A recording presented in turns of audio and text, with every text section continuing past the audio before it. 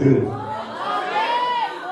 E nós chegamos aqui diante desse texto, um texto muito lindo, muito importante, aonde nós vamos observar que era um homem, e esse homem não era qualquer homem, esse homem não era qualquer pessoa, esse homem não era uma pessoa assim, que você podia dizer assim, esse aí é um ninguém, não, esse homem não era o servo de Jericó, esse homem não era aquele que estava na porta do templo Formosa, não, a Bíblia diz que esse homem era um oficial do exército romano, esse homem, ele tinha 100 homens no comando dele, esse homem, a Bíblia diz que os centuriões, quando ele reinava ali em Cafarnaum, aquela província, os judeus tinham raiva deles, porque eles eram muito assim, grossos,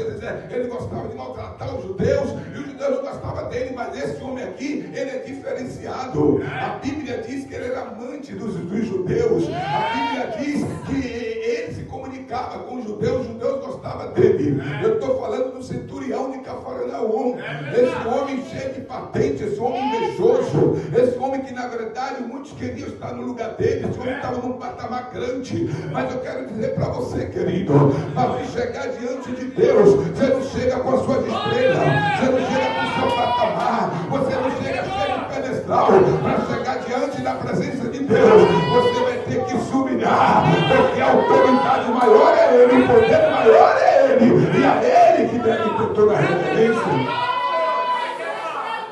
Nós sabemos que nesse último dia Satanás tem juntado no meio da família para destruir a família. Aqui em Santa Catarina tem uns demônios aí que eles já gostam de dividir lá, já gostam de separar o casamento. Irmão, eu nunca vi o estado, eu fui pastor em vários estados desse Brasil, eu, minha esposa e meus filhos, mas eu nunca vi o estado para tanto separar casamento do que Santa Catarina. Isso é um demônio, e muitas vezes o que respondeu isso não sabe disso. É até pastor separando da mulher, cantor separando da esposa separando. O que é isso, irmão? Mas esse homem, observe bem, ele era um homem que, apesar dele ter um pedestal grande, apesar dele ser reconhecido, apesar dele ser um maioral, apesar dele ter poder, ele ter autoridade, a Bíblia diz que na família dele lá, não era filho dele, era um servo dele, que estava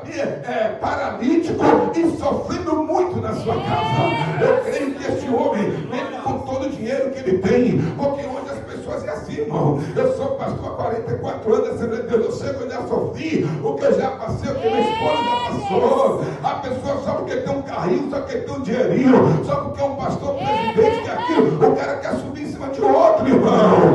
Irmão, eu sei que é isso, quer se exaltar, quer se elevar. Mas quando nós observamos, aquele homem estava lá, um criado dele, era um servo dele, era um escravo dele, não era filho dele, mas ele estava totalmente paralítico e sofrendo, mesmo com toda a patente que esse homem tem, mesmo ele sendo um oficial do exército romano, mesmo ele sendo um cara poderoso, mas ele não tinha poder para curar o servo dele. Sabe por quê? Tem coisa que só Deus faz,